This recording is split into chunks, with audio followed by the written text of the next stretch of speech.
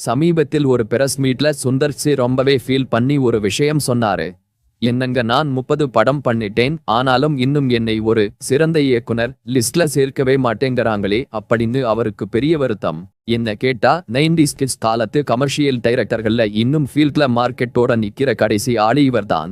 சுந்தர் சிக்கும் பிரம்மாண்ட இயக்குனர் ஷங்கர், KS ரவிக்குமார், டைரக்டர் சுரேஷ் பாஷா, டைரக்டர் இந்த இயக்குனர்கள் எல்லாருமே சில படங்களுக்கு அவந்த கதை எழுதி இருந்தாலும் அதிகமான படங்கள் இவர்கள் வெறும் இயக்குனர்களாக மட்டுமே இருந்திருக்கிறார்கள். கதை ஒருத்தர் கொடுப்பாரு, வசனம் ஒரு டீம் எழுதி கொடுக்கும்.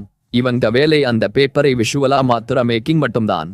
அதிகபட்சம் ஸ்கிரீன் பிளேல வேணும்னா கொஞ்சம் கை வைப்பாங்க.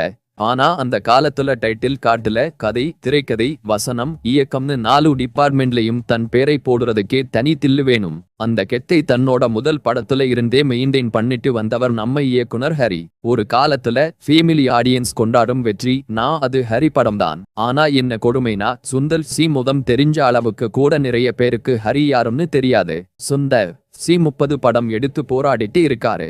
ஆனா ஹரி தன்னோட 2வது படமான சாமிலயே கரியரோட பீக்குக்கு போயிட்டாரு. இன்னும் ஞாபகம் இருக்கு, மின் பார தியேட்டர்ல சாமி படம் பார்த்தப்போ இருந்த அந்த வைப் இருக்கே, சும்மா தியேட்டரை திருவிழா கோலம் மாதிரி தெரிக்க விட்டிருந்தாங்க.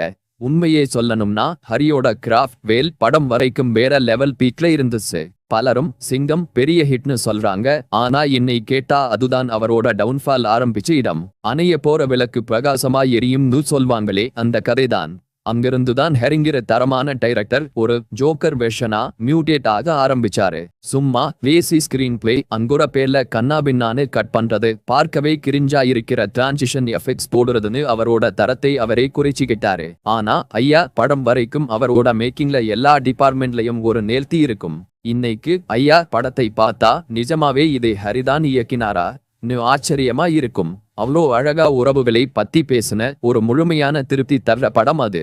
உண்மையான வருத்தம் என்னன்னா, சுந்தர் சி விட அந்த சிறந்த இயக்குனர் பட்டியல்ல இடம் பெற வேண்டிய எல்லா தகுதியும் இருந்தும் ஹரி அங்கே இல்லையேங்கிறதுதான்.